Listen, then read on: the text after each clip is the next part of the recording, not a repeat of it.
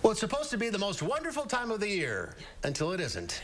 But there are ways to help you survive the holidays. Our happiness expert, Christine Whelan, is here with some holiday survival tips. It's welcome for a lot of people. Welcome, Christine. This time.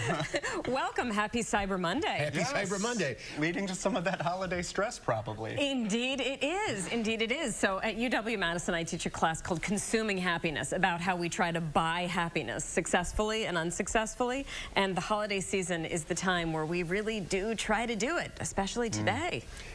And some people have buyer's remorse. Indeed. So we already see that on Black Friday, people spent a lot, but some estimates are suggesting that 78% increase in people who were buying now and paying later. This is not good for people's happiness. So what they would do is they would buy something on Black Friday and be excited about it. But then the credit card bill comes and then they have to pay it.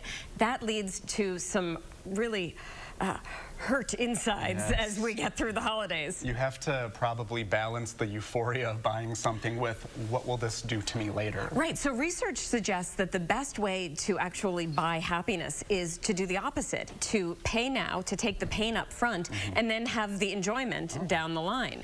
But you know, the thing about the holidays is, unless you're a kid, and for some young kids, certainly a holiday can be defined by a signature gift. But for most of us, when you think about the holidays, you don't say, oh, that was the year I got my new ski boots, or that was the year I got one particular thing, right? You think about the relationships and the people that you're with. With inflation as high as it is right now and all these financial pressures, I think this is really the year to lean into relationships. And maybe give a sort of a more personal, creative gift. Absolutely. So one of the things that you can consider doing is instead of actually getting a thing, you can get a coupon for a gift or a service that you could do with somebody or for somebody. So for example, for young parents, you could offer them free babysitting or something like that. And then you're giving the gift of yourself and of time, you're building the relationship, you're not breaking the bank. Yeah, and you get to be creative and not have to get a second job to pay off all that credit card debt. Absolutely, because this is what then will come in January, right? And so then you get hit by all these bills, and any holiday happiness you had is filled by a lot of buyer's remorse on the back end. And this can cause a lot of tension among families and couples. Absolutely. So, you know, one of the things that we hear a lot is that fights about money are a real source of tension for couples. Why I tell my students that fights about money aren't really about money. They're about values and time. They're about what do you value versus what do I value, and how do we put our limited resources toward that.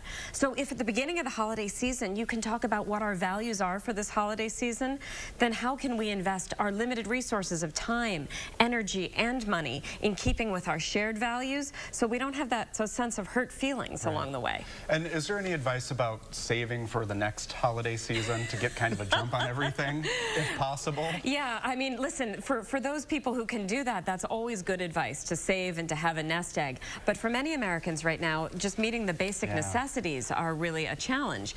And so the idea of meeting basic necessities and putting some presents under the tree is a pressure enough. We're not really thinking much past that. What I can say is that taking credit card debt, going further into debt for those just moments of quick joy is not worth it in the long run. So think about gifts of relationships, think about in-kind gifts, a baked good, all of these things. These can really be a gift of the heart rather than something that hurts your pocketbook. And that could be the year, oh yeah, that's the year I got that homemade baked good. Absolutely. And you know, it's those are the moments that we remember. Those silly things, not the pre-programmed things.